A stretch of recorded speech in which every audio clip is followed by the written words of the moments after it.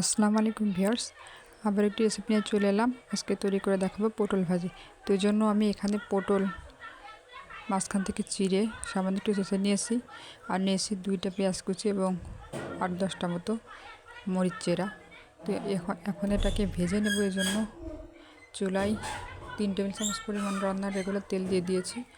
এখন আমি পটলটা দিয়ে দেব তেলের মধ্যে। পটল দিয়ে দিলাম। পটল দেওয়ার পর এখন দেবো স্বাদ মতো লবণ, আর দেবো 3 চামচ পরিমাণ হলুদের গুঁড়া। তো এই মশলাটাতেই পটলটা ভাজা হয়ে যাবে। এখন মিডিয়াম হিটে পটলটা ভেজে নিতে হবে। আমি মাটির চুলায় রান্না করছি।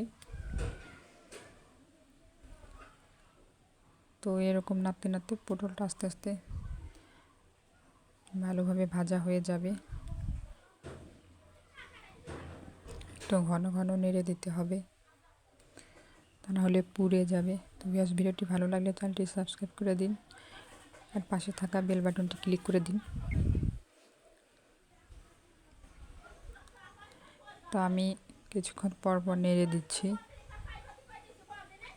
এই পটল ভাজিটা পোলাওর সাথে খেতে দারুণ লাগে, ভাতের সাথেও খাওয়া যায়।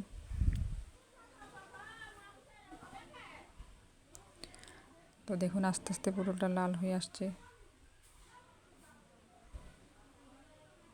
এটা ভাজি করতে বেশি সময় লাগে না। তো যখন এরকম আস্তে আস্তে লাল হয়ে যাবে তখন জালটা কমিয়ে দিতে হবে। তো আমি আস্তে আস্তে জালটা লো করে দেব, তা না হলে পটলটা পুড়ে যাবে।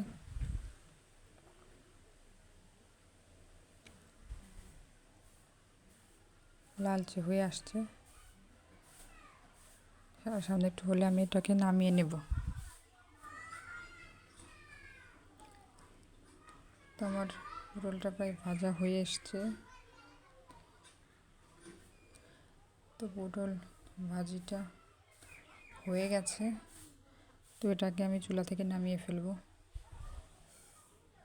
আমি নামিয়ে নিয়েছি। তো এখন বাকি যে তেলটুকু ছিল ওই তেলেই আমি আগে থেকে পেঁয়াজ মরিচটা রেখেছিলাম, ওইটা দিয়ে দিলাম। এই পেঁয়াজ মরিচটা লাল হলে আমি পটলের উপর দিয়ে দেব। আপনাদের তেলের পরিমাণ কম হলে এখানে আর একটু তেল অ্যাড করতে পারেন। তো আমার যেটুকু তেল ছিল ওতে আমার হয়ে যাবে, এর জন্য আমি তেল অ্যাড করিনি। তো লাল হয়ে গেছে, এখন এটি পটলের উপর দিয়ে দিলাম। ভেজ তৈরি হয়ে গেল আমার খুবই সুস্বাদু পটল ভাজি। খুবই সহজে এটি তৈরি করা যায়। তো আবারও নতুন কোনো রেসিপি নিয়ে হাজির হব। সে পর্যন্তই সবাই ভালো থাকবেন। দেখা হচ্ছে আরও কোনো নতুন রেসিপি নিয়ে। সে পর্যন্ত সবাই ভালো থাকবেন। আল্লাহ হাফেজ।